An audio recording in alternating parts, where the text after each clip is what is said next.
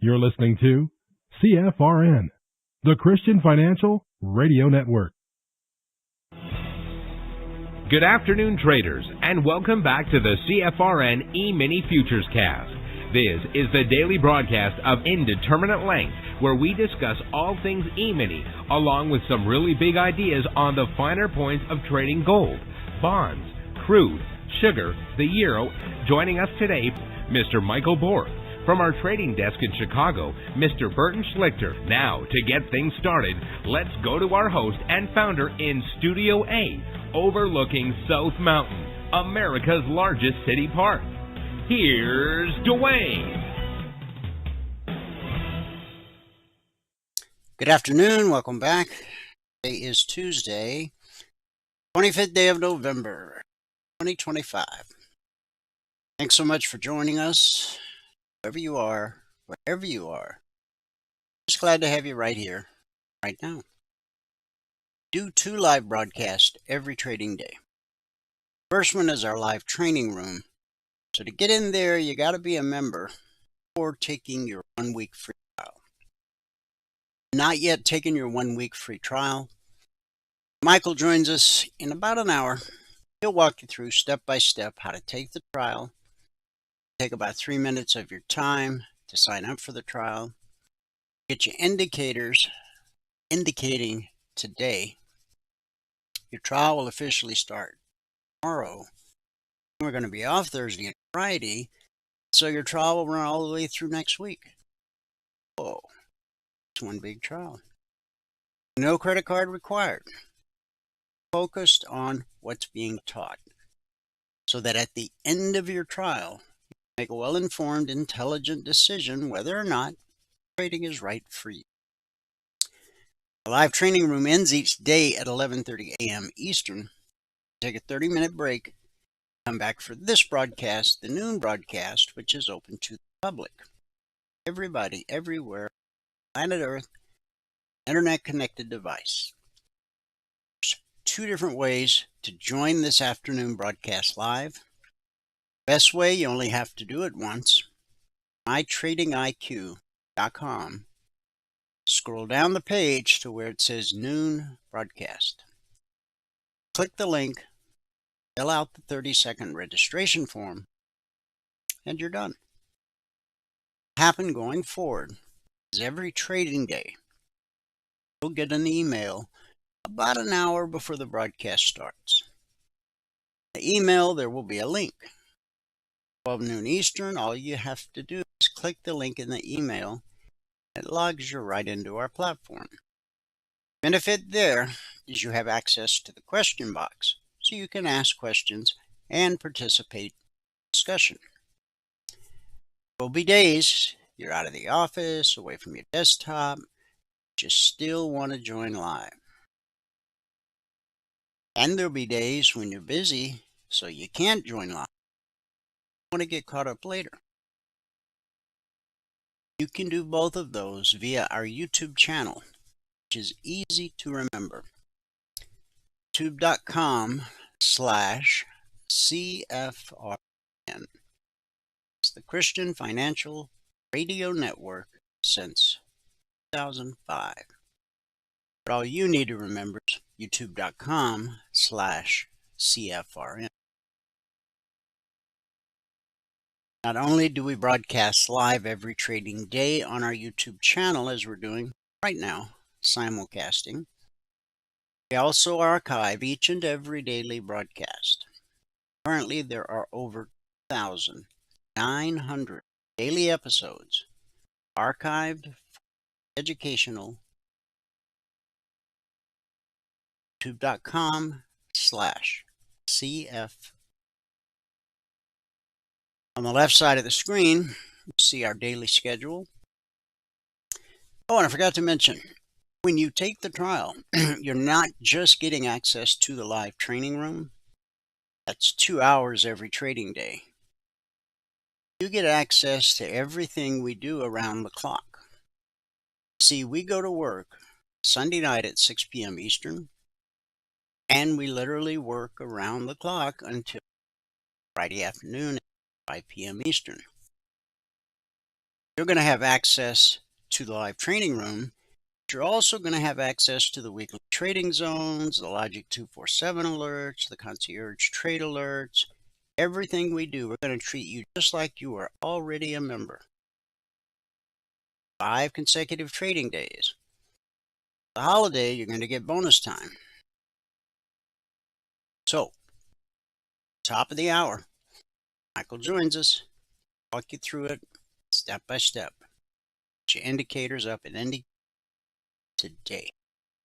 On the left side of the screen is our schedule for each afternoon broadcast. So let's dive right into our daily devotional. Now we're on day 25, I think it is, of 28. And the topic of the discussion is sharing your faith.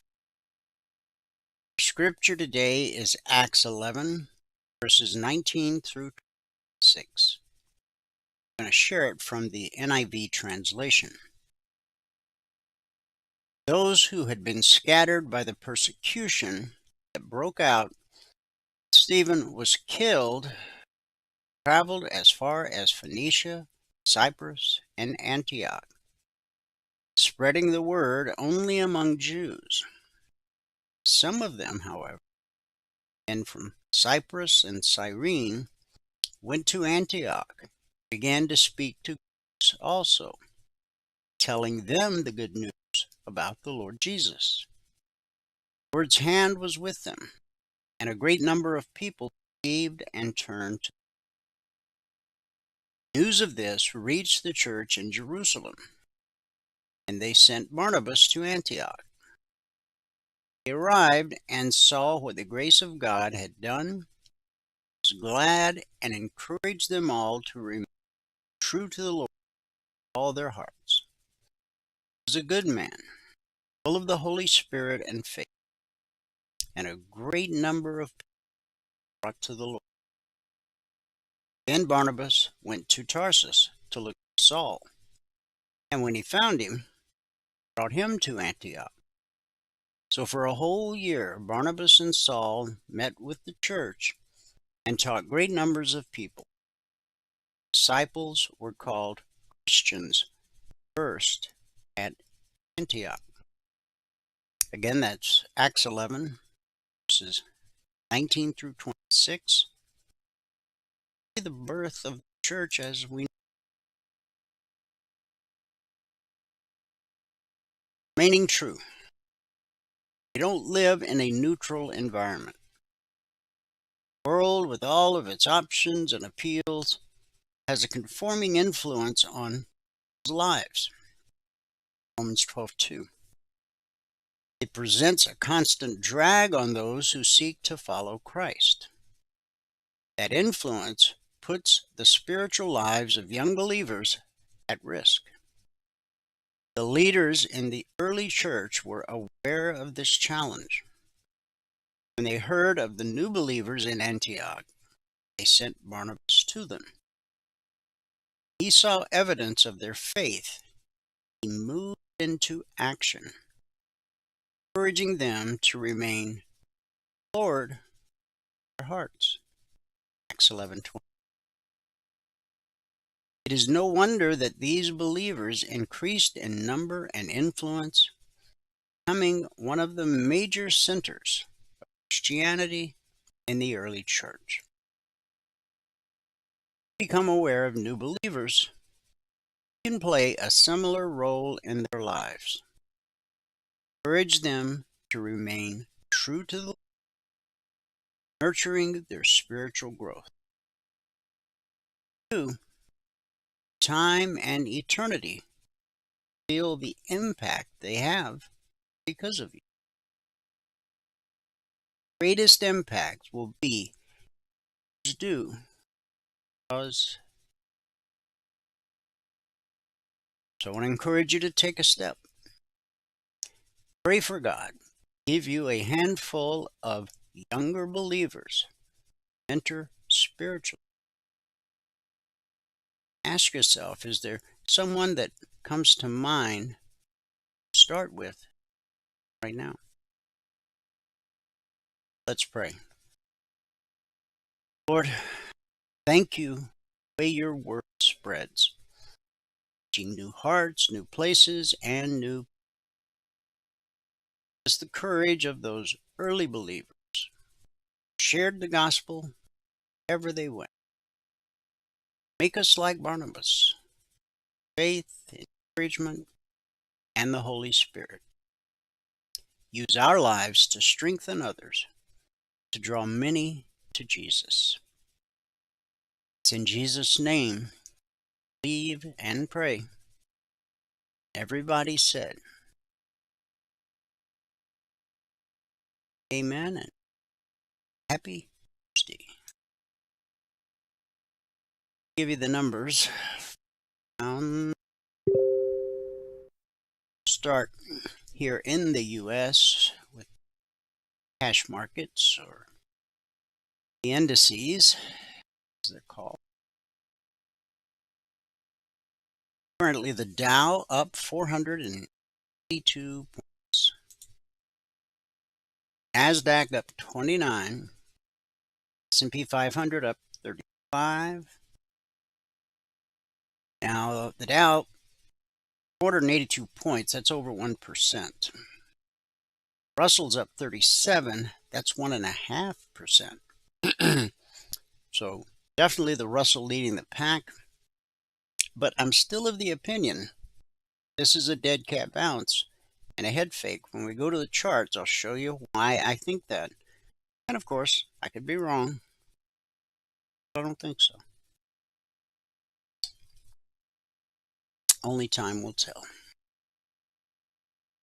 The commodity basket, crude oil, down $1.13.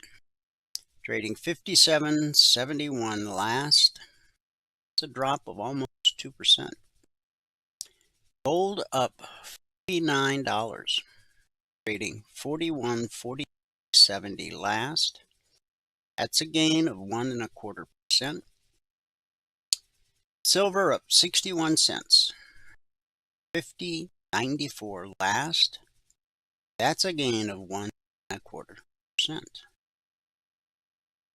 Asian markets at the close. Nikkei posted a gain points. Shanghai rose 33. The Hang Seng gained 178. And in the European markets at the close, FTSE up 74. DAX up 220, almost 1%. CAC up 66, almost 1%. So we had a green day in Asia. It was a green day for the UK. And it's a big green Radio Tuesday here. US of A. So that turnaround Tuesday that I talked about yesterday hasn't happened yet. But I'll show you why I think we're on the cusp of perhaps the market's heading in the other direction. And again, we'll see. All right, turning from the numbers to the news. Global news first. A federal judge has dismissed criminal indictments against former FBI Director James Comey and New York Attorney General Letitia James without prejudice. That means that they can be indicted again. Now, this rogue federal judge ruled the prosecutor who brought the cases was unlawfully appointed. The Justice Department is, of course, expected to appeal.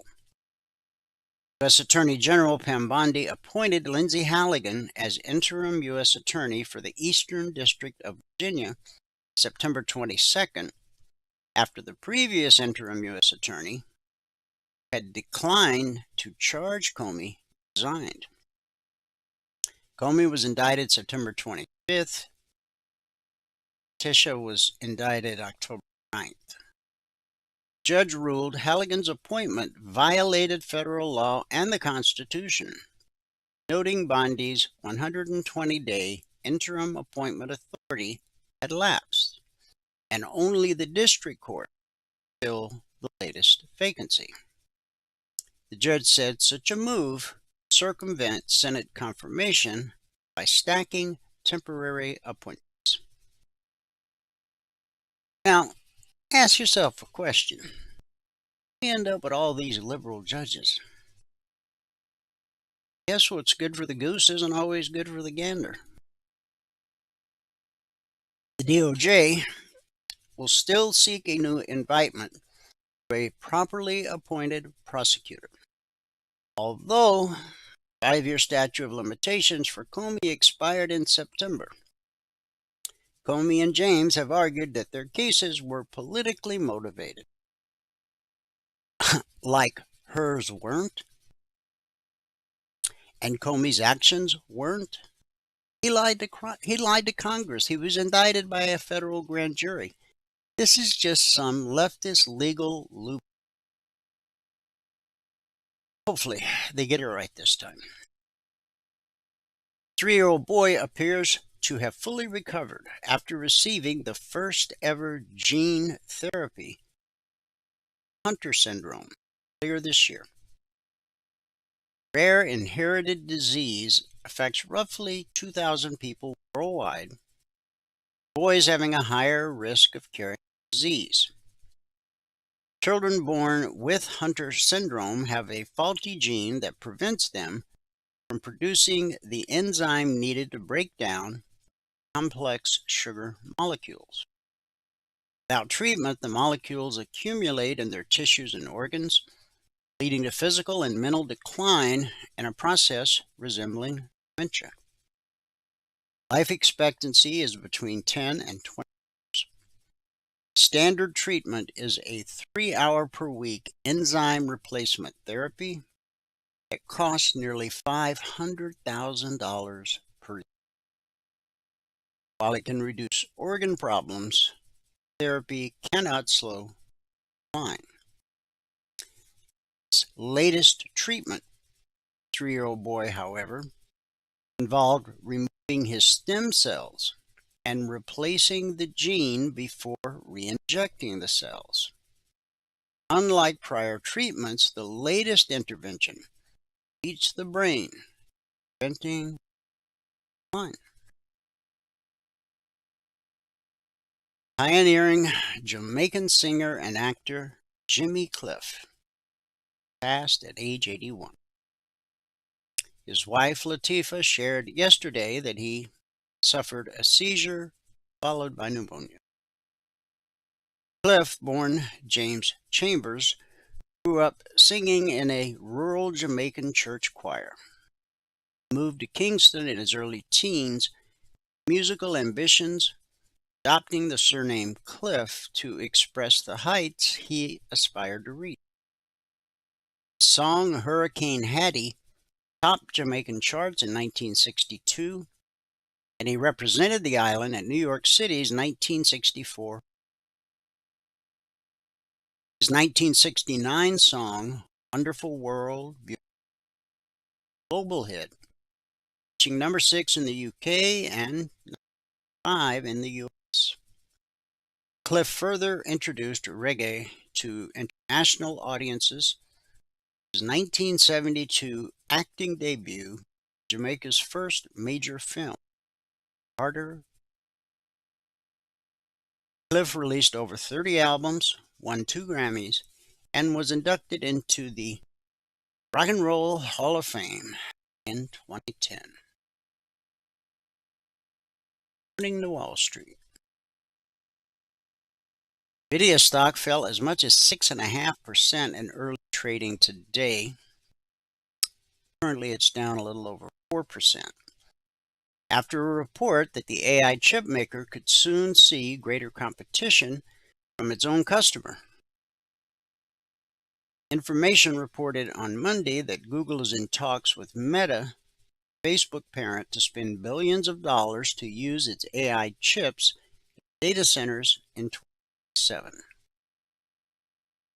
This would represent a big change in Google's current chip business, which sees the tech giant grant access to its chips, called TPUs or tensor processing units, to AI developers through the cloud. This means the chips are confined to Google's own data centers, not sold externally as suggested by the information's report. The information also said Google is pitching its other cloud customers to sell them TPUs, in a move the company claims could grab as much as 10% of NVIDIA's annual. Shares of NVIDIA rival Advanced Micro Devices also fell an 8% following. Meta's up 2.5%, AMD's down 7%.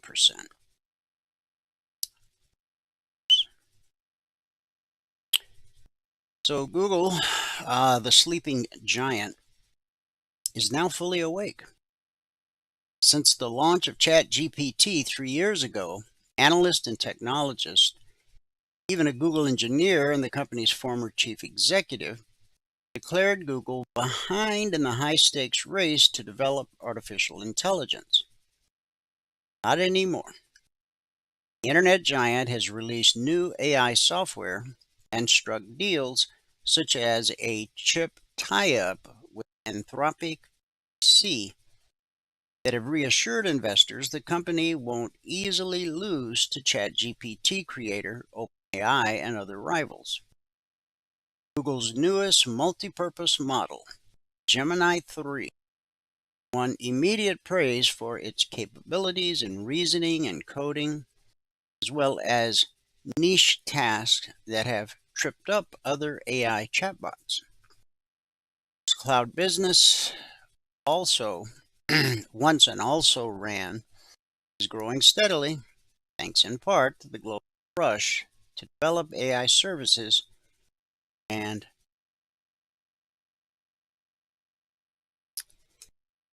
can't expect Google to stay left behind. Tesla woes in Europe are only getting worse. According to the European Automobile Manufacturers Association, Tesla EV registrations, proxy for sales in Europe, fell to just 6,964 units in October, a 48.5% drop compared to a year. Meanwhile, total EV registrations in the region, which includes the UK and the European Free Trade Association, rose 32.9% in October. Overall registrations, regardless of powertrain, 9%. October's total marks the 10th straight month of declining Tesla sales in Europe. Meanwhile, the overall market share of EVs in the broader European region grew 16.4%. And Tesla's actually positive on the news by about 80 cents, which isn't much for a stock trading at $400.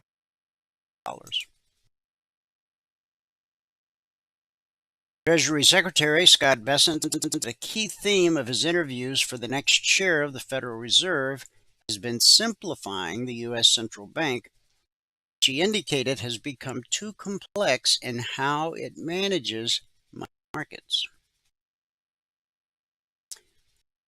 One of the things in terms of the criteria that I've been looking for has been the interplay of the Fed's various instruments, Bessent said on CNBC interview today.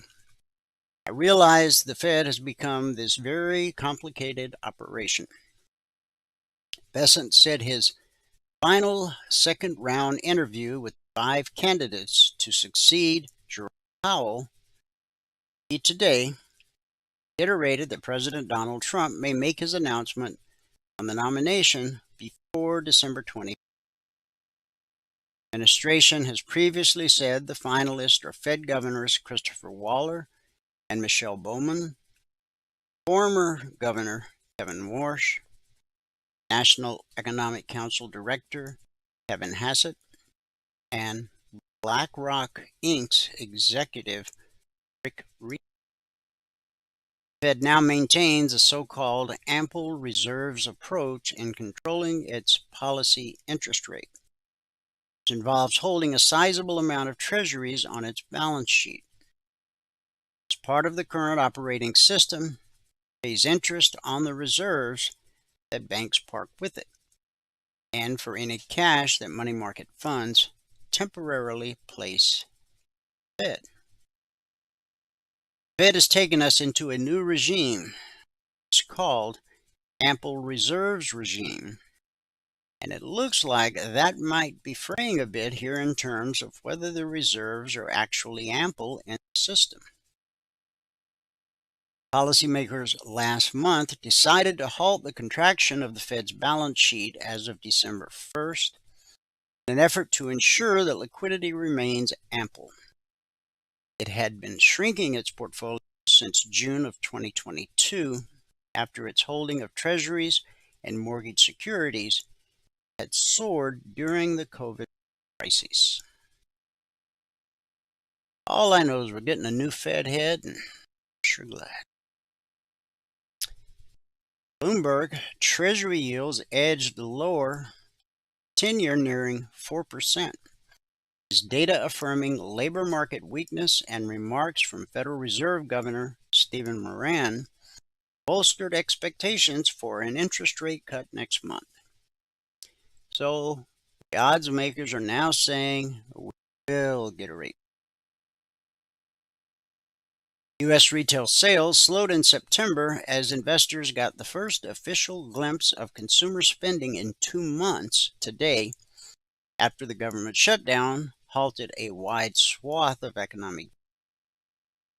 Headline retail sales climbed 0.2% in September, below economist expectations of a 0.4% month-over-month increase. By comparison, sales rose 0.6% in August, according to Census Bureau.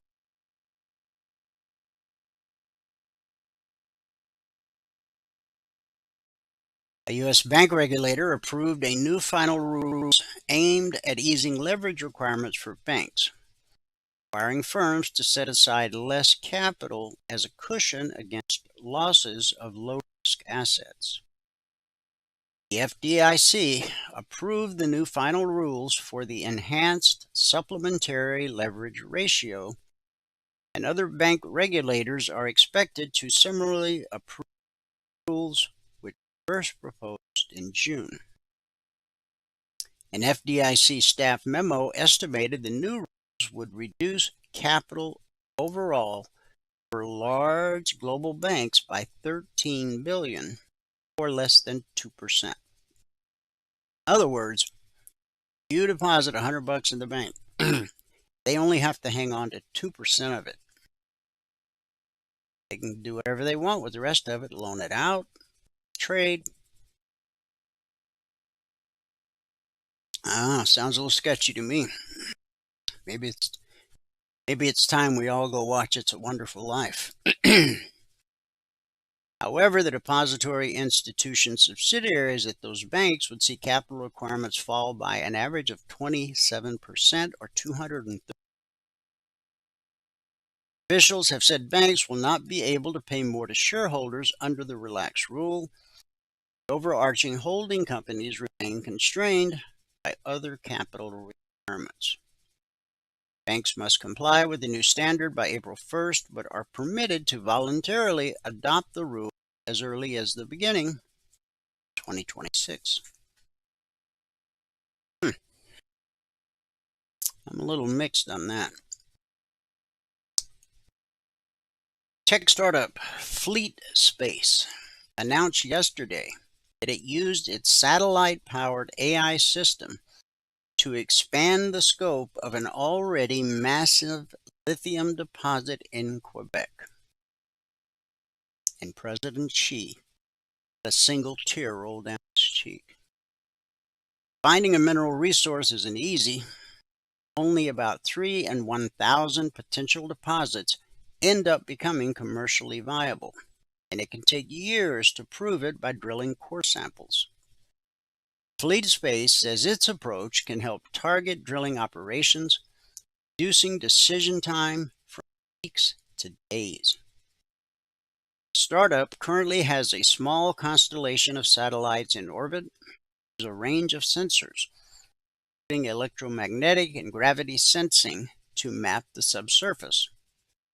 FleetSpace then feeds that data into its software platform, which can provide a new location for drilling in as little as 48 hours. The Cisco project is currently estimating that it could produce up to 320 million metric tons of lithium oxide. This is one of those rare earth minerals. I've been talking about it to you guys for years. FleetSpace said the results of lithium deposits might extend beyond Cisco's current boundaries, saying the region has district-scale potential. Kind of look they're going to have finding gold and silver. Now, I just told you that gold was up today. There's an article here. Maybe it was written pre-market. I don't know.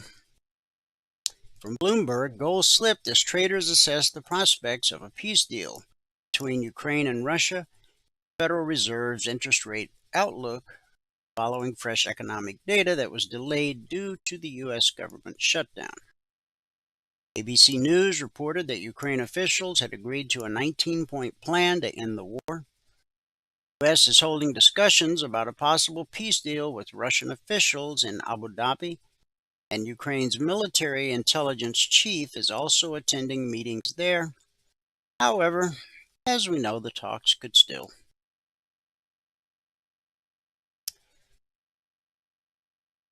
Again, Ukraine has agreed to the core terms of a peace deal and its nearly 4-year war with Russia. Over the past week, the U.S. has made tremendous progress towards a peace deal by bringing both Ukraine and Russia to the table.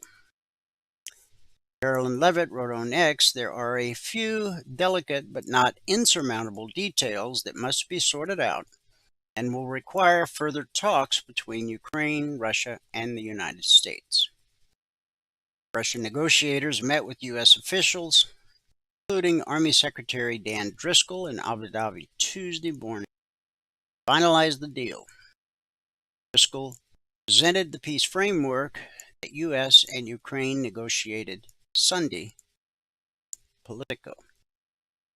Over the weekend, U.S. officials met with Ukrainians in Geneva, Switzerland, to discuss the peace proposal. Zelensky will visit the U.S. at the earliest suitable date in order to complete final steps and make a deal with President Trump. Yeah, well, do you think maybe should be at that meeting? I don't know. Seems like, huh? You know, he has an international arrest warrant out for him. Big. So, supposedly Putin was going to come to New York, but if he steps outside of Russia, he could be arrested by NATO forces. If he does agree to come and actually comes, I'm sure the president will assure him that he won't be arrested. I think. That's not a setup. Trump wouldn't do that. All right, Logic 247. That's our 24/7 around-the-clock E-mini alert service. Not just E-minis, it's also crude silver. Currently in week 382.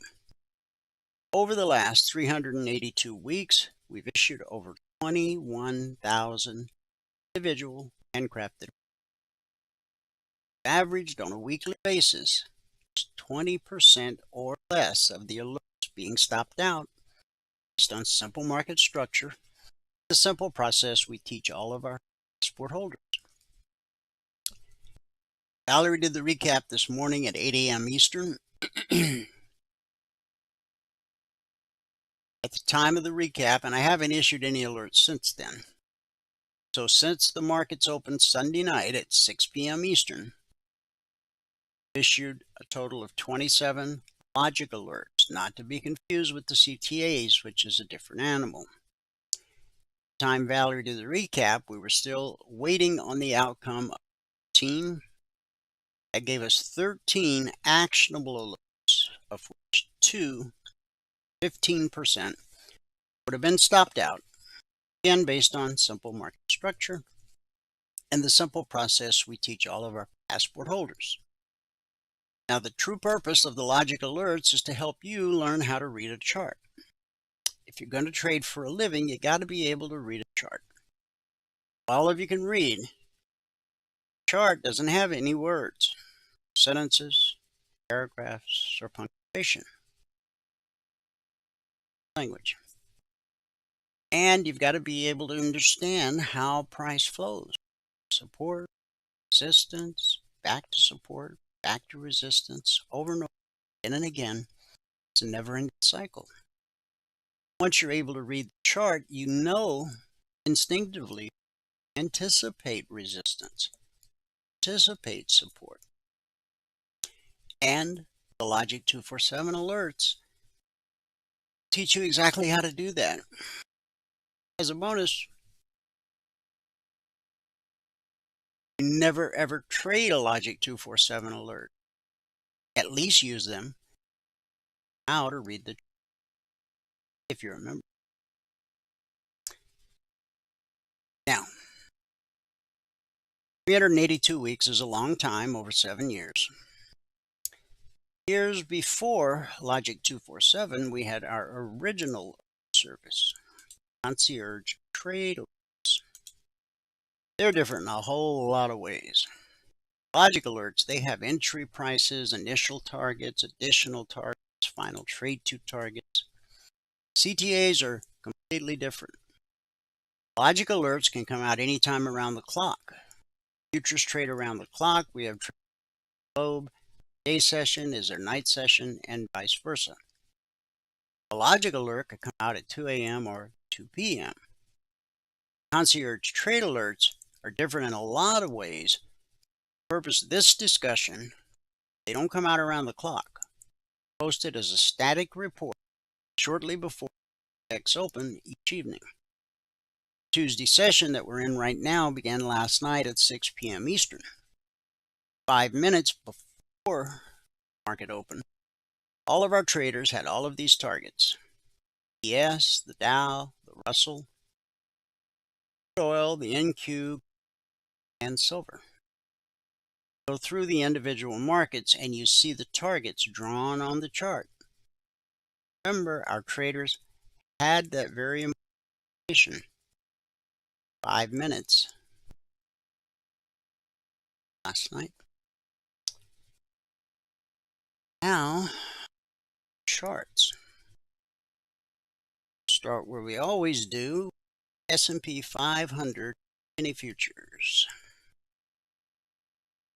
Now, price always reverts to the mean. In our case, the mean is green. It's called the BBC.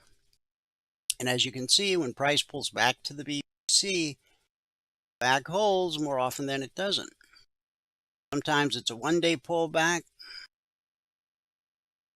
Sometimes it's a 2-day pullback. Sometimes it's a 3-day pullback. Sometimes it's a 4-day pullback.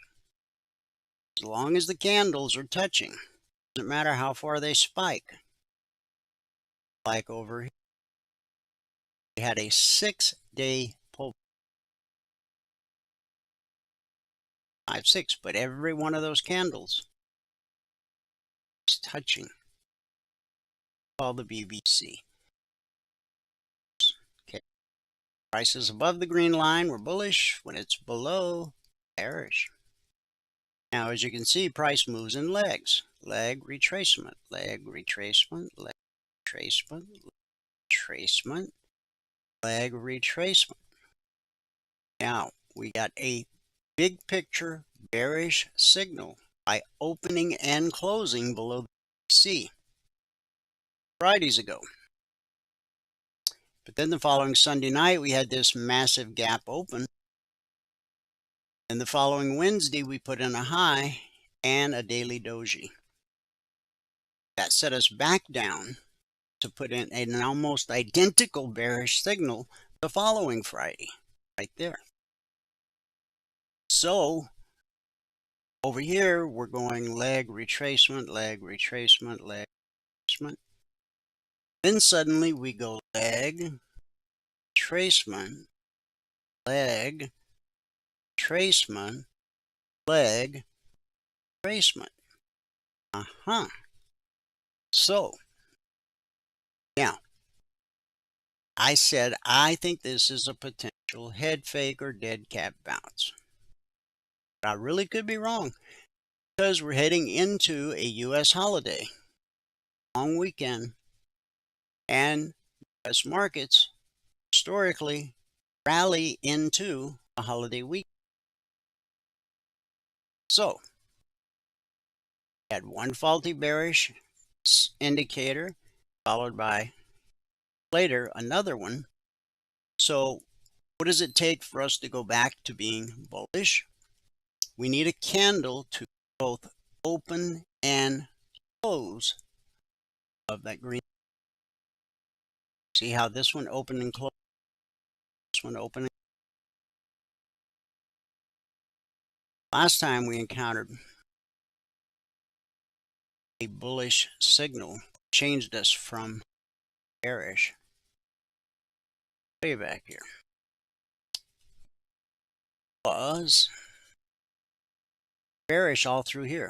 See how the pullback held, the pullback held. Then this candle opened and closed above the BBC. Every pullback since April 20 held all the way up to this false signal. Got the same bearish signal.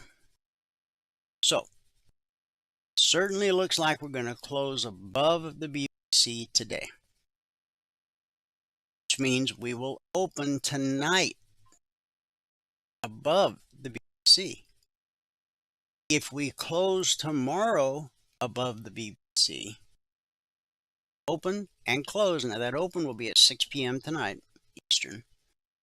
If we open tonight above the BBC, and it certainly looks like we will, and then close tomorrow at 5 p.m. Eastern above the line, well, then we're going to have a big picture bullish signal. I don't remember how long it's been if we've ever had such a situation as this. But, I mean, there's so much involved. Geopolitical tension, the government shutdown, the whole AI trade. I mean, sort of wacky. Now, could the market sell off going into the close today? Could, but that won't change the fact that we physically touched the BBC today. Even if we sell off, still have an open. Or should you expect potential resistance at the 50% fib extension and the high of this day, right here, November 20th, and a high at 67.91 and a quarter, right there.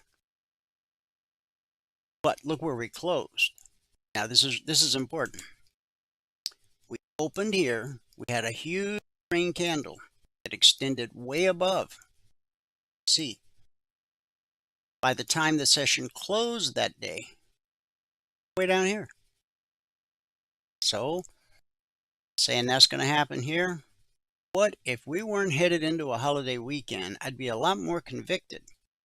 This pullback is going to hold. It doesn't.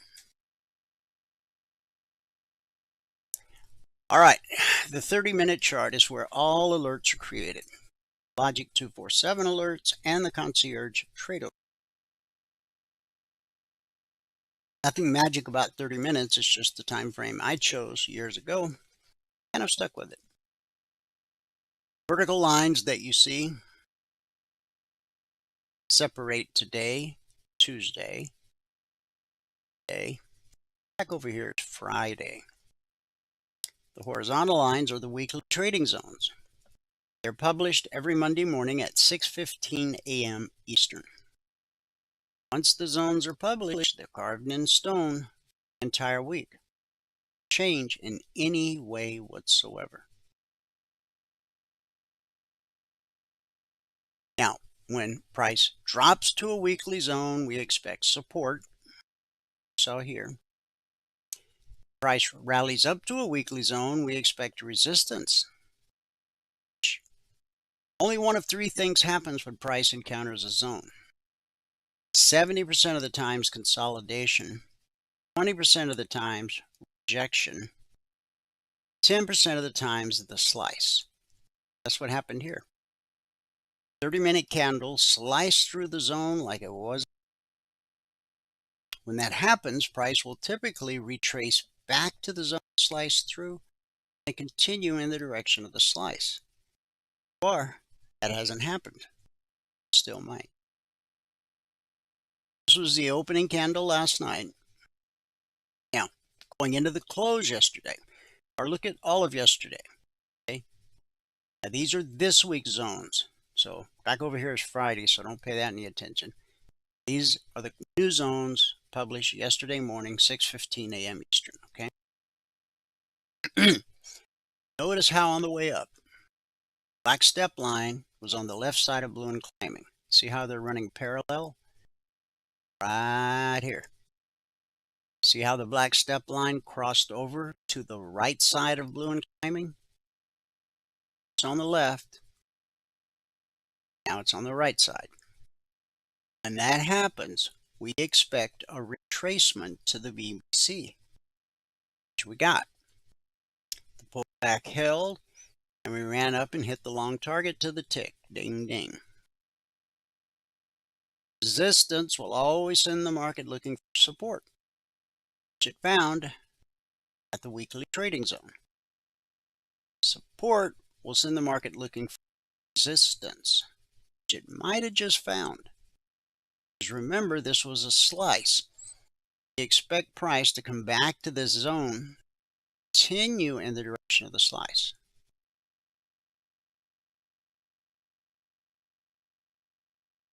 Trade every market exactly the same. And it's our indicators and our methodology and strategy. These are futures, but they're exactly identical. Stocks, equities, Forex, crypto, ETFs, it doesn't matter. Price flows the same across all markets and all times. Support to resistance, back to support, back to resistance, over and over again and again. It's a never-ending cycle. These lows right here, these early lows that began about 4:30 a.m. Eastern this morning. See, low of this candle right here, 6,700 now. Low of this candle, 6701.75. See, that's market structure. Market found support right there yesterday, and again in the wee hours of the morning. That support set us up to ring the bell at the long. We then dropped to the zone. We did spike it because that was the 9:30 opening candle. So think about this. It's 9:30 opening candle. Had a red candle that ran right here. You put your cursor. You got a wick sticking up and a one-tick wick sticking down. So you put your cursor right there. That's where I would have been looking for support on that move. But buyers came in a little early, back up, got us above the BBC, and along with blue and climbing, it's up and through the zone. The Dow, as you can see yesterday, supported the zone, supported the zone. Here's the open last night. Get below the BBC, make it to the short target. This low right here, left, below this candle is 36,420.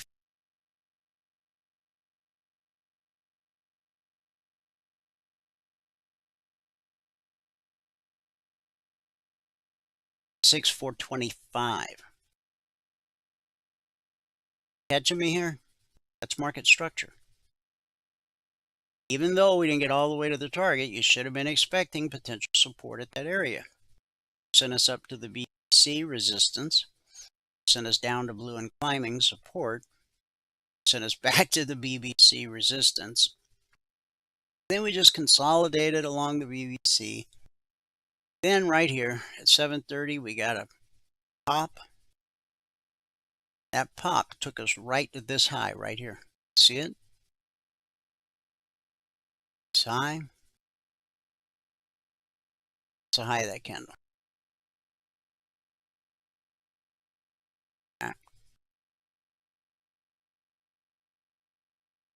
6,585.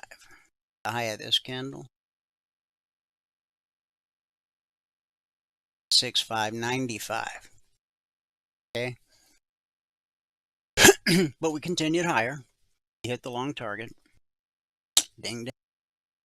Here's the 9:30 open on Wall Street, where we ran down to the short target. Tick. It was based on the bullish cross from yesterday. Blue line gets above the green line. To an extended move, that's called a bullish cross. Each time price revisits that area will almost always be good support. That to the tick. And then price ran all the way up here. Drifted back. And then here comes the 10 o'clock candle. It was top of the target zone resistance. Next candle, we actually get through the zone. We're almost to the next zone. 125/130. So this could be the area where the market starts to lose some of its momentum. The way to know is to watch for that black step line. Get on the right side. Now here it's clearly on the left side of blue and right here it's directly above. It tells you it's leaning. If we start consolidating here, or if we get all the way to the zone, start consolidating there, which is what happens 70% of the time. 10% of the time, action like that. 10% of the time, slice. Okay. So now there's still another zone up above. See what happens. Russell. Here's where we opened last night with blue and climbing directly above price. When blue and climbing gets directly above price, resistance, because it's usually on its way to red and falling, which is bearish. Right here is where the step line crossed. See how they ran parallel? It crossed back to the BC. Support. That low right there. Slow over here. It's on a line on the cursor. See it? Off we go. Target. Back up. Hit it again. Pull back to the VPC. The pullback holds. Now look where we are. At the highest weekly zone on the Russell. Up at 2580. Get there this week. I think the market's open a half day Friday. I'm not positive, but we're not going to be here. And look at the step line. Starting to right. Now, scrunch your charts up. You can find resistance coming from. On the NQ.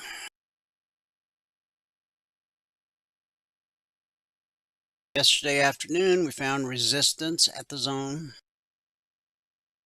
Step line crossed, pull back to the BBC, up and test the zone resistance, sends the market looking for support. it found at the zone. In fact, this was a huge red candle all the way down, bounced back up, and it did it again, bounced back up. Now we've hit the line, spiked it, hit it on this candle, pull back, put it all. See, yesterday supported the zone. Then we had some resistance at the zone. We finally got through. Step line crossed. Here comes the pullback. This time, traded through. See, pullback holds more often than not, but eventually it's gonna, like it did here.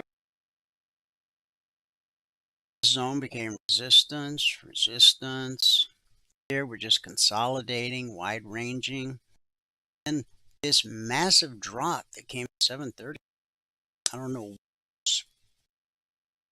caused that, but that takes us all the way back to the low Friday. This is Tuesday. This is Monday. Back over here is Friday. Okay. Now this was not a zone last week, but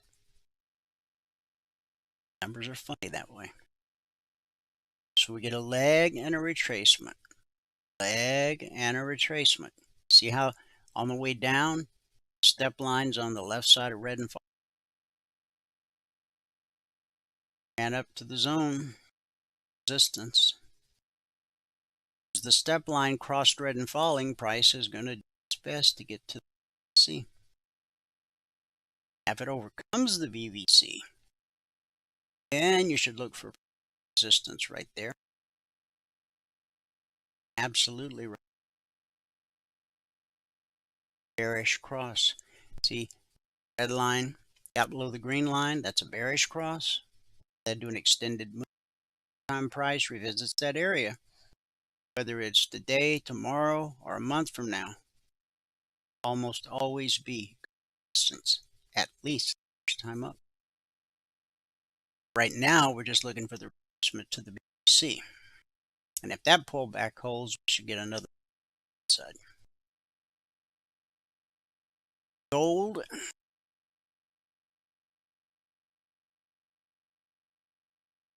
Had a nice climb yesterday. Leg, retracement, pull, leg.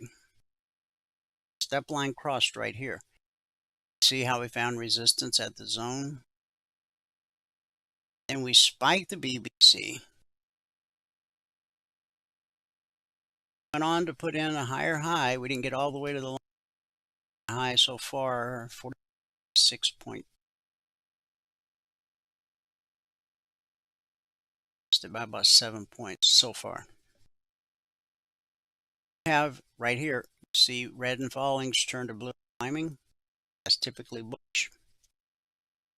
This candle sliced through that zone, so it would be typical price to retrace back to the zone that was sliced through and then continue in the direction of the slice. Let's see if that happens. Last is silver. Silver climbed yesterday, leg, retracement, big leg, retracement. Then this was the open last night. See how the step line crossed right there? Tried to pull back to the BBC, but we didn't quite get there because buyers held it up. Sent it right to the long target. Target at 9 o'clock last night. Consolidated there for quite a few hours. Dropped to the zone below where we found support. That's what we expect till proven otherwise. Support sent us to go up and put in a triple top. Triple top cooking up. 6. See that? Resistance sent us back to support at the zone. Support has now sent us looking for resistance. Closed above the BBC, so now we have a retracement to the BBC. candle at the moment. So there you have it. And we're still waiting to see how we close today. Michael should be here. I am. He is here. I am here. All right, buddy. I am indeed. All right. I will take it then. Ready? Take it over. Here we go. All right. We have it. Hey, there we go. Looks good. Excellent. All right. Start off with that. Good afternoon, everyone. Today is Tuesday, the 25th day of November, 2025. Now, if you have not taken a free trial with us and you want to, go here to mytradingiq.com, click on the purple button right there. There's no credit card required for this trial. Just click on that purple button and it will bring you to this registration page where all that we ask for is your name, your email, and your phone number down at the bottom. Give us your TradingView login ID. If you want to get the indicators indicating on your desktop during the trial, give us your TradingView login ID. Okay. Do that and we'll send you all the information you need to get your indicators indicating and to get into the room in the morning. Okay. So what a difference a day makes, huh? Yesterday was our worst day of the month. And today, well, it wasn't our best day, but it was still a pretty good day. If you're going to read the spreadsheet, you got to read all the CFTC risk disclosures at the bottom. Today's the 25th day of November, 2025. We're up 204 ticks on the NQ, -5 on the Russell, +63 on the YM, and +44 on the ES. That put us at +$1,860 a contract on the morning session. Today it took 5 minutes and 3 trades to get to the goal for the day. At that point, we're up $1,250 with 10 contracts. And we we took 39 trades this morning with 4 stop outs. So we averaged 89.74% of our trades were break even or better this morning. We did have quite a few break evens, it seemed like today, more than normal lately. We didn't have 11 stop outs like yesterday, though. We still just had 4 stop outs today.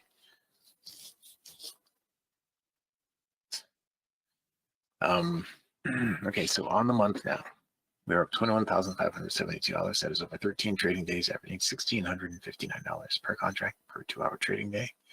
On the year now, we're up $252,385 over 203 trading days, averaging $1,243 per contract per 2-hour trading day.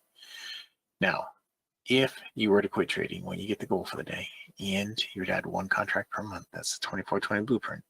So far this year, you'd only had to work 28.21 hours, 28.2 hours. And you would be trading 11 contracts if you did everything exactly like I did. You'd be trading 11 contracts now, $199,789 gross. Net, $190,229. Okay. So the actual hourly rate, the gross hourly rate, $7,080 an hour. The net hourly rate, $6,741. That's after commission and my commission. That is where you'd be on the year. Okay. So we didn't have a ton of trades today, but just go over them starting with gold and work our way across. They're pretty evenly dispersed today. Not gold, sorry, we didn't trade gold at all today. Starting with the Russell. We rolled gold today, and the DOM was just, I'll take a look at it here in a minute, but this morning, the DOM was had like a 4-tick spread in it. So I didn't want to trade on a 9-tick range with a 4-tick spread. So I put the Russell in instead. So our first trade here on the Russell, we picked up 20 ticks on our very first trade. That was a pretty good trade. And then we promptly gave 15 of it back right here. And a break even, then we gave 15 back, so we're +5. We had another break even. That's what I mean about the break evens. Another break even. Then here we picked up 5 more to get us to 10. Then, hey, I didn't add that in. Whatever that was, I didn't add it in. And then we stopped out there to put us at -5. So that would have probably had us at break even, but I don't know. Then we stopped out here to put us at -5, and that is where we ended it. So with the Russell today, the rest of the day, we looking for trade setups in here.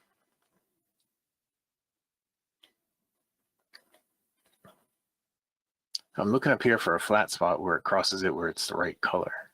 And this is the first one right here that I've seen. This one here too, I guess, right here on the S.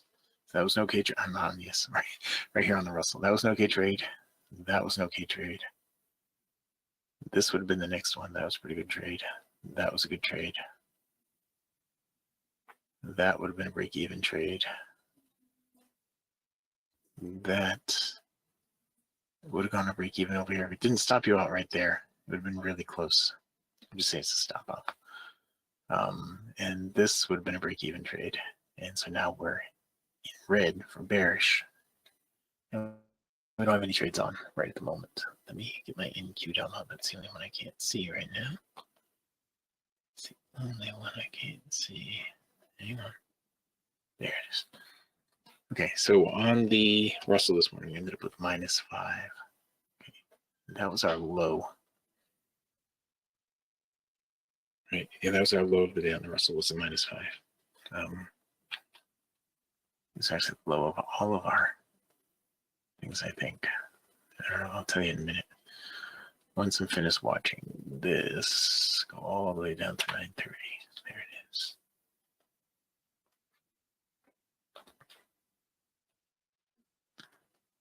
Okay. Well, so this is the YM, and it's looking like I didn't have a YM trade until all the way over here. Our first YM trade, we picked up 1 tick. And the next one, we picked up 2 ticks. Got us to 3. And then there's a trade missing in here because we went up to 13. After we went to 3, we went to 13. And then we stopped out. -15, that put us at -2. Then we got a +18 to get us up to 16. And then 1 to get us to 17. And then here we got 1 to get us to 18. Then whatever to get us to 33. And then 30 to get us to 63. And that is where we ended it with the YM, it looks like. So during the break on the YM. That was not a valid trade because this didn't go full cycle right here. So this was not a valid trade here.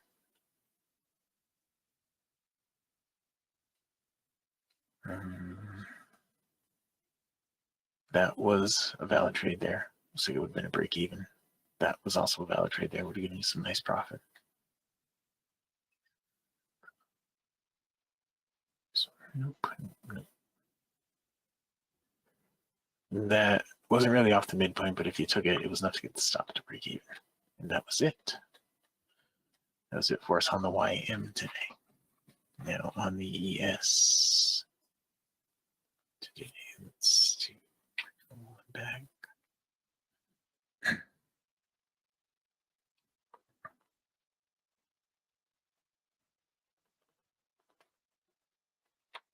Ooh, I'm too fast.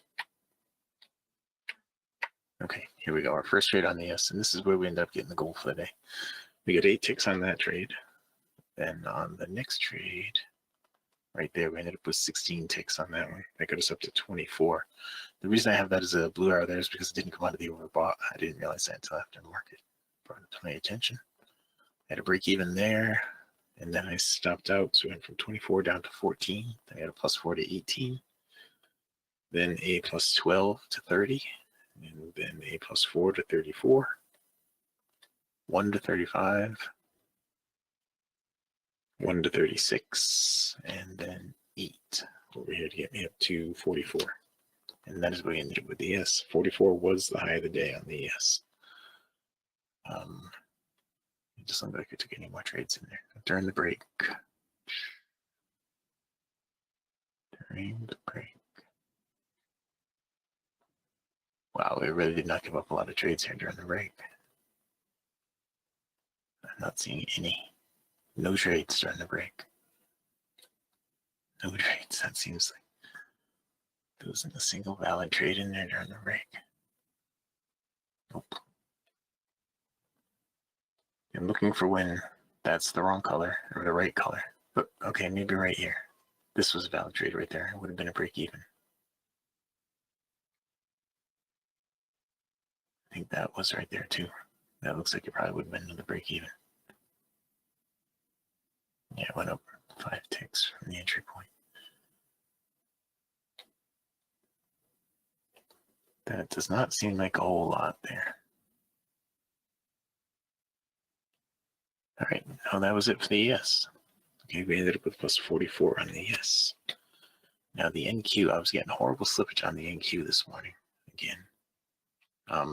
He bumped the gold out. The gold is going to be rolled to the G contract, I think. G contract. Right, but I'll show you the DOM for that in a minute. Okay, on the NQ. Here, let me get rid of the paint bars on this guy.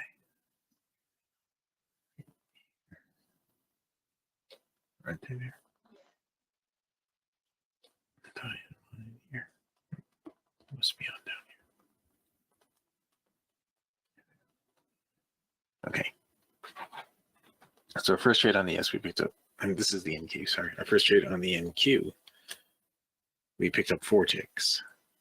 Okay, then the next trade should have given us 50, but we got 36, 46. 46, that got us up to 50. Then the next trade should have given us 50, but we got 48, that got us up to 98. Then we got a plus 4, that got us up to 102. Then a plus 4 again, got us up to 106. And now my stop is getting bumped to plus 4 when it hits 16 ticks, I think, or something like that. But it went from 106 to 110. That was another plus 4. That's why I'm getting all these plus 4s. Another one right here went from 110 to 114, 114 to 118, 118 to 134. So we finally had a little meat in one right there. 118 to 134, then 134 to 138, another 4 tick, and a break even. Then we had a little bit of meat on that one, went from 138 to 154. Then we wrapped it up with this one right here. It was a 50 tick trade. It went from 154 to 204. It doesn't look like we traded it again after that. So let's see what happened during the break. Let me see. I don't have the question box out. Anybody ask me any questions? No questions. Okay. During the break. Nothing. Nothing. Wow. Yeah, we had nothing during the break. Really unusual trading today. Do not have a trade at all during the break.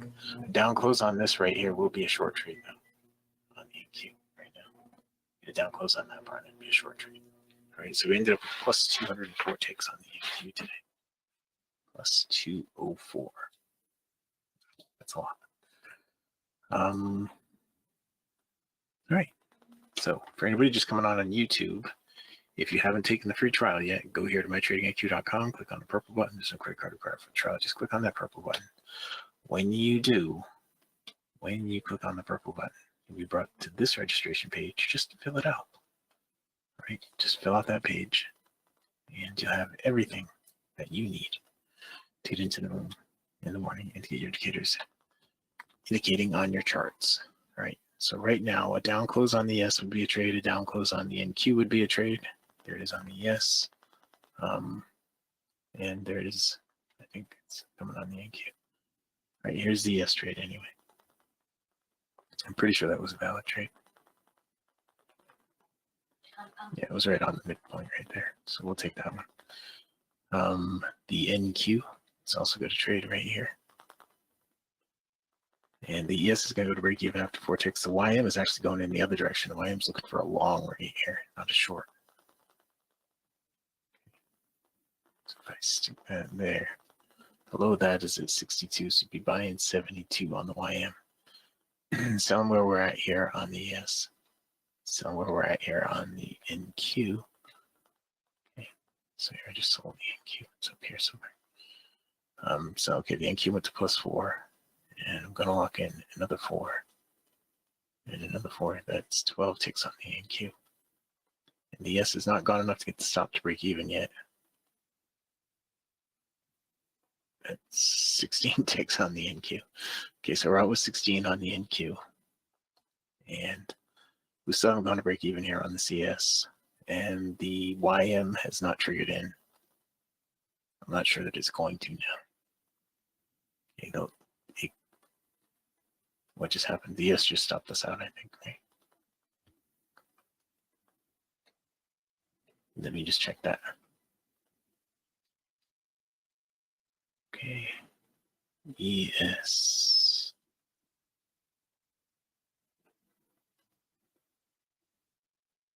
Why is it not showing? Oh, because it was up there.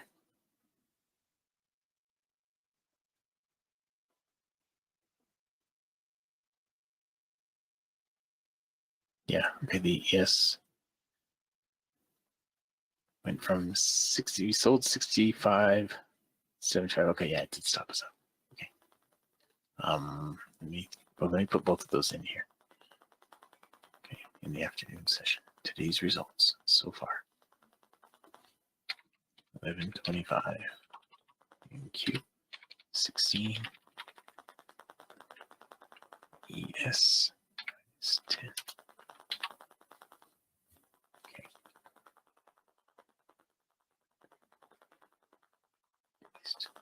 Okay, so that's where we stand right now in this session so far. 2 trades. All right. Nothing else has happened yet.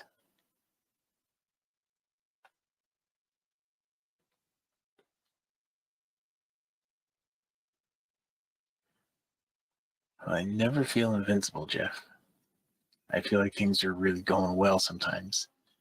And, you know, if I don't have a room to do like this, you know, and in the morning session, then I'll just stop trading when I get to the point where things are going really well and I'm up pretty good.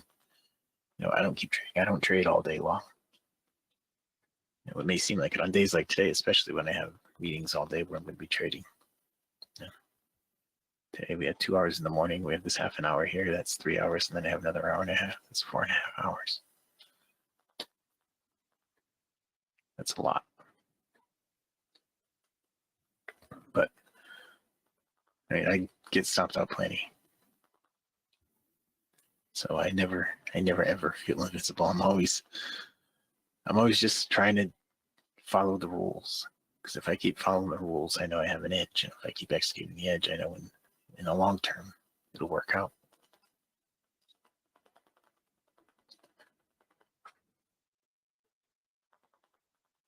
Well, as long as you got your goal and you keep track of the statistics about when you got your goal, if you're going to continue practicing, then stop adding and subtracting to the total overall. Just go do it so you have the mechanics, all right? You just stop looking at the totals and the money and just look at it as going through the motions and getting the mechanics down. You know, maybe doing the math in your head, or as long as you do the math in your head faster, and all those things that that you really need to learn how to do. You know, when I'm going through the sessions like this one and like the morning session, you know, the morning session, I really only look at the spreadsheet a couple of times. When I get the goal for the day, when I'm halfway through, and at the end. So a few times, I guess. Typically, unless I'm bored, or unless I'm not sure if I got the goal for the day or something like that, or I'm getting close to going on a blue day or something, then I'll look at it a little more often. But when I have gains, like right now, I'm going to go short here on the ES, right? And the high on the ES is 65.75, so I'm going to sell 63.75. Here it is. I think I got to sell a little bit higher than that. Actually, I think it's not going to make it now. The high is at 66.25, and this is at, okay, that's okay. 64.25 is what I'm going to sell. But you know, I don't know if you ever noticed, but when I finish a trade, I say, okay, well, I didn't put that one down. I got to put that one down. I actually write it down in a log. And I mean, it's like a piece of paper with a pen that I write it down on.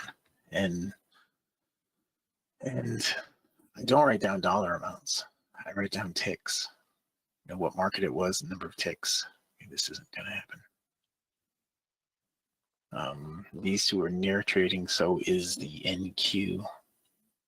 NQs and the Russell are the most likely ones. Nope, they all had a trade right there. Well, did they all? The YM did. Here's a YM trade. Okay, so the Russell could still have a trade here.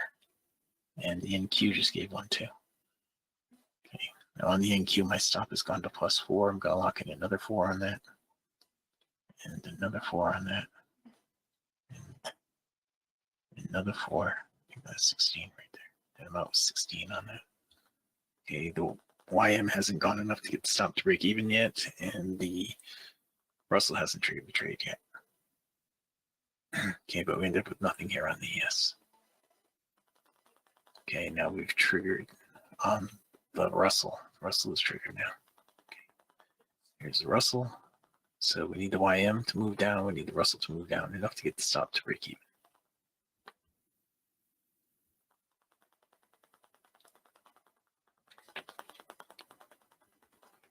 Okay. Now the reason I do that, Jeff, is I look at it as ticks and not dollars, is because we, as humans and as people who have endured in a capitalist economy for all our lives, you look at dollars and cents all the time, and that gives you emotion.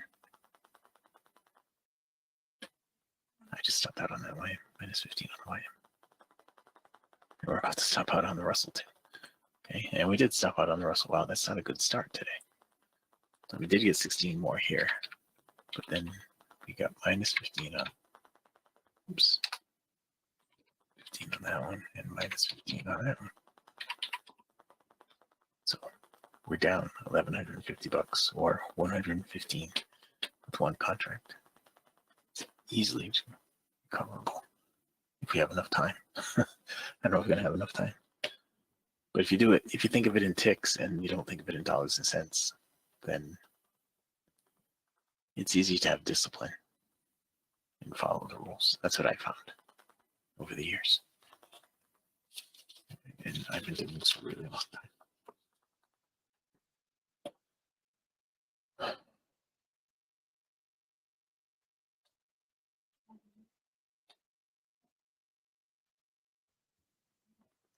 Literally, my log is just every day I start out with a fresh area on my sheet, and I have the 4 markets that I'm trading. Every time I place a trade, I put a mark, and when the trade ends, I put the result of that trade. That's it. So right now we had a stop out on the ES, a stop out on the YM, and a stop out on the Russell, right? So we had 3 stop outs so far. And 5 trades. Put that in here. I didn't put that in here yet. Number of stops, 3. Number of trades, 5. That's not a good average. It's 100% yesterday. Today, it's about 40. 40, look at that. I nailed it. All right, well, we'll see if we can fix that. Hopefully we'll have some opportunity here. It's 123.5, so we don't really have a lot of time. But we're gonna need one really good trade, and we can get it all back. Okay, we didn't finish the cycle here. We didn't get into the overbought on either one of those. All of these right here, those are really odd patterns down here in the trigger on all 3 of these markets, where it went all the way down almost to the bottom, then all the way back up almost to the top, and didn't hit either side. That almost never happens, and it's happened 3 times right there. That's really strange. All right, we're going to flip the YBR over here. We're pretty close to flipping it here. We did flip it on the gold, and we did flip it on the ES. Okay, we are flipping it here.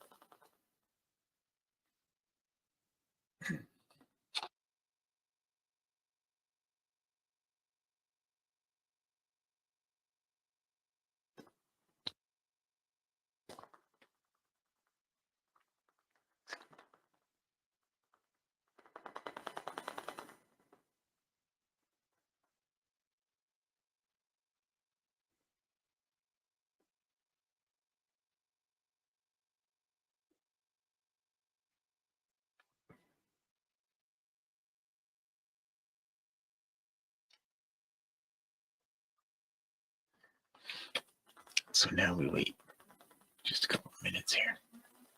We could go to a smaller time frame on the NQ, I suppose. Wanted to. And it's flipping the YBR. flipping the YBR. Yeah, they did. They really did. Slowed right down.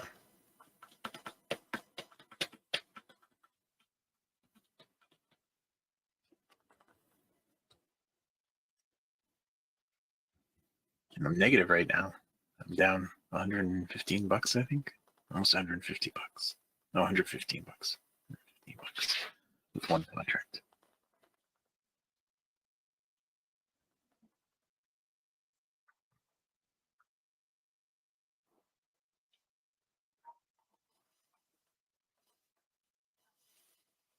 And here we are on the daily. Now, if we end up closing above the BBC today, and then tomorrow we open and close. Yeah, that's the deal. The open and close above it tomorrow, if that were to happen, that would be really bullish.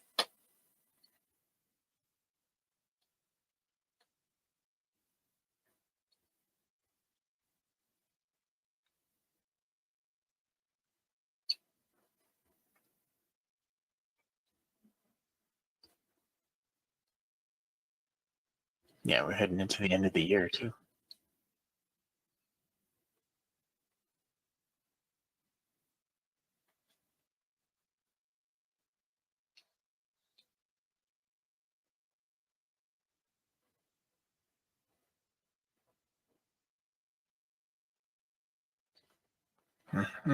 Well, yeah, the end of the year rally and all that stuff should be coming up too. So.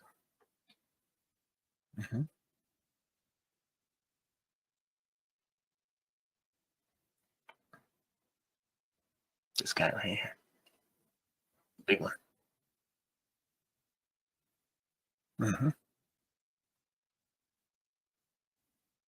You sure did.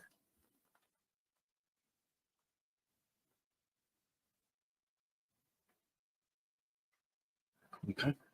You could indeed. Just trade what's in front of you. It's best advice, I think, that we can give. Yep. I think so. Pin to scale A. All right, so let's go back here. See if I can get off another trade here before you have to wrap it up. Hopefully we're going to get something here somewhere. And we're going to need 30 ticks on this one or this one, 9 ticks on that one, or 30 ticks on this one. So the NQ is the one that's most likely to give us 30 ticks. If something was going to give us 30 ticks, it'd be the NQ.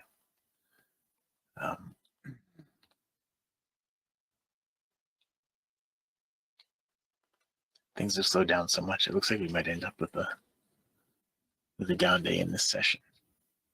In 15 minutes I had to trade.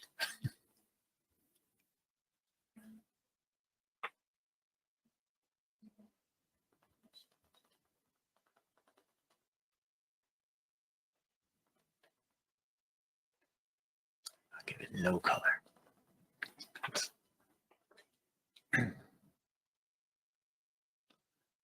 That's not a valid trade right there. It doesn't look like it's painted something too. Just do this. I guess it's all painted. It's not a trade here. Not a trade here, not a trade here, not a trade there.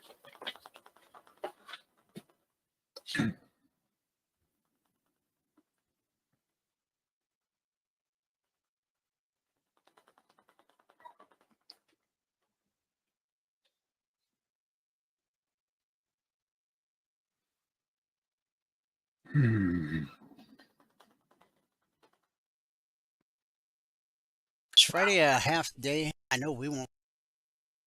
It's open. They're open I'm not until sure. I don't know if stocks are trading, but I know futures open. Futures will open at the regular time, 6 p.m. Eastern. Let me look it up. They'll trade till noon.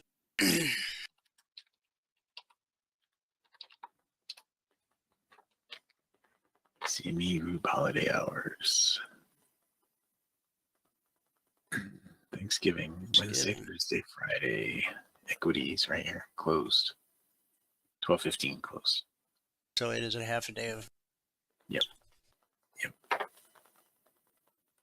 Futures will open Wednesday night at the regular time, and on Thursday stop about 12. Same thing. Thanksgiving night, 6 p.m. Eastern. I'm not promising I'm going to put it, but I'm not doing anything. See something pop Yeah. up. Just keep in mind, holiday trade is a little tricky because you have a lot of people have accounts and have tried trading before, and now they got some time on their hands when they're normal. So they get in there and they do things that aren't normal. They defy logic. They defy logic. Yeah, I'd rather trade head to head professional trader because I could be pretty sure of how he or she is going to react to a given set of circumstances. Someone who really has no trading experience, you got no idea what. So. All right. Well, it looks like we can just wrap it up the way that it is here today, Dwayne. It's the truth about trading. It is. It is. So we end up with 40% today. We had 2 trades on the NQ, got us to 32 ticks. 1 on the Russell minus 15, 1 on the YM minus 15, and 1 on the ES minus 10. So 5 trades total, 3 stop outs. With 10 contracts, we're at minus $1,146. Okay. I made it white because I don't really want to do a red one because it's really only 15 minutes of trading. So, all right. So let me show you this one more time. If you haven't taken a free trial with us, go here to mytradingiq.com, click on the purple button. There's no credit card required. And there's been no better time because trial will officially start tomorrow. I guess through next week. Yeah, you run into like the second week in December. So yeah, if you're going to take the trial, now's the time to do it. All right. Well, that is it. With that, I can pass it back out to fabulous Phoenix, Arizona, in Studio A, overlooking South Mountain, America's largest city park. And if you are ready, and you are. Excellent. Okay, recap of the session. It took 5 minutes and 3 trades to get to $1,250. Job. Thank you. Thank you very much. Well, here's what it looks like on my daily chart. We're well above the BBC, but we're getting ready to run into that 50% fib extension. And a cross right there, too. And that day right there. See, yeah, this other day stopped right there, right at the bearish cross. Boom. So pretty much created it. Yeah, could run up and touch that and then sell off. Look at this day. I mean, it's just all the way up to that bearish cross. And then it slammed us all the way down here. Yeah, and this is this big picture double bottom. So, yep. Okay. All righty. Well, thank you, sir. And guys, if you missed any part of today's broadcast, go to youtube.com/CFRN. As soon as I sign off, watch it in its entirety. If you want to become a member, email Valerie, support@CFRN.net. Oh, you want to be. Ask her if some kind of holiday special subscription. I check with her. Support@CFRN.net. She'll send you all the information you need. Once you're all signed up and an official member, 2 hours of live training, trading day. It's an interactive environment. In other words, you're trading along, you're asking questions. It's top of 2 hours of live training every trading day. You also get private one-on-one. How much extra does that cost? Nothing. All you got to do is ask. The strategy you learn, the indicators you have as a passport holder. It's all markets, all. It's not just futures. Stocks. ETFs. Price flows the same across all markets and all times. Support, resistance, back to support, back to resistance, over and again. Cycle. That's why These around-the-clock alerts, the Logic 247 alerts, are so important. They'll teach you how to read the chart. They'll teach you where to anticipate resistance and why. Anticipate support and why. Just use them properly. And if you want to do that too. Get the concierge trade alerts every evening the second they're published, typically 5 minutes ahead of the Globex open, 5 p.m. Eastern. Well, if it's been a while since I missed getting them out 5 minutes ahead of the open. Sometimes life happens, and when that happens, I always send a message out, Telegram discussion group, that CTAs will be delayed.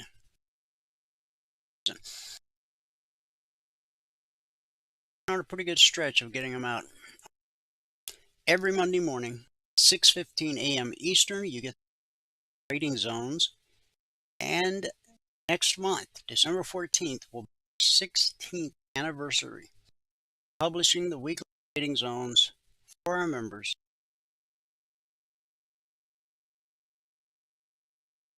Also be able to attend the members-only workshop every Thursday night, this week, of course.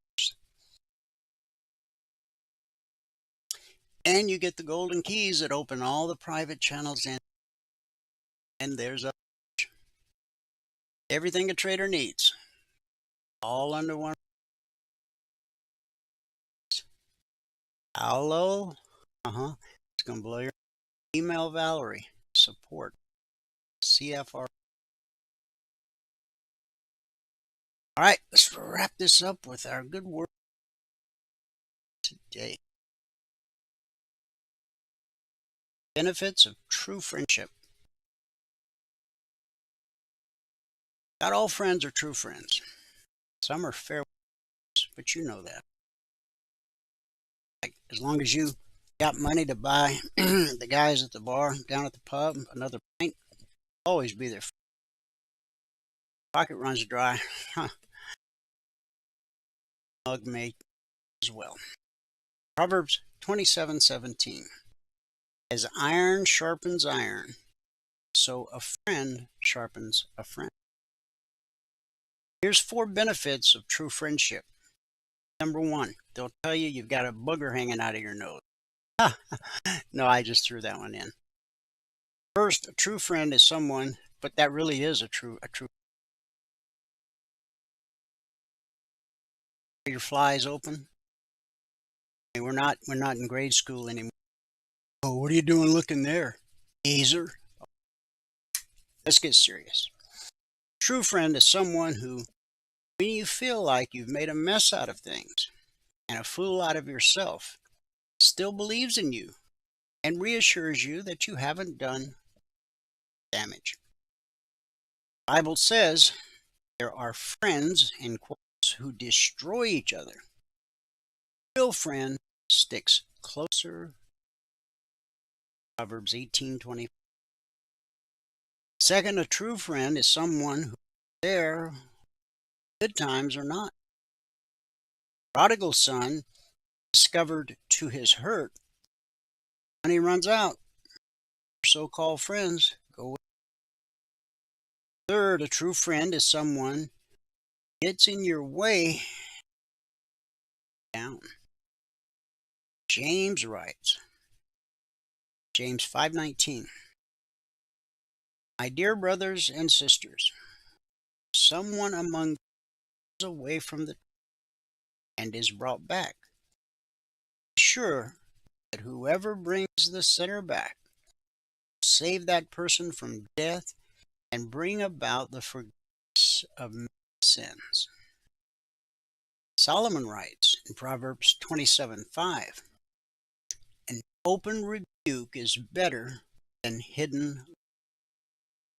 Wounds from a sincere friend are better than many kisses from a true friend. Someone who comes in, walks out.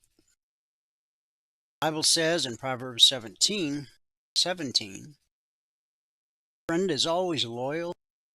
Brother is born to help and Have friends like this in your life. Treasure them.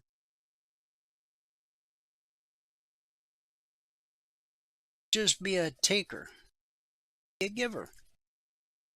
Out of your way to be a friend to someone else. That's our good word today. Thanks so much for tuning in. Wherever you are, God continue to richly bless you. His mercy, His grace. And I'll see you.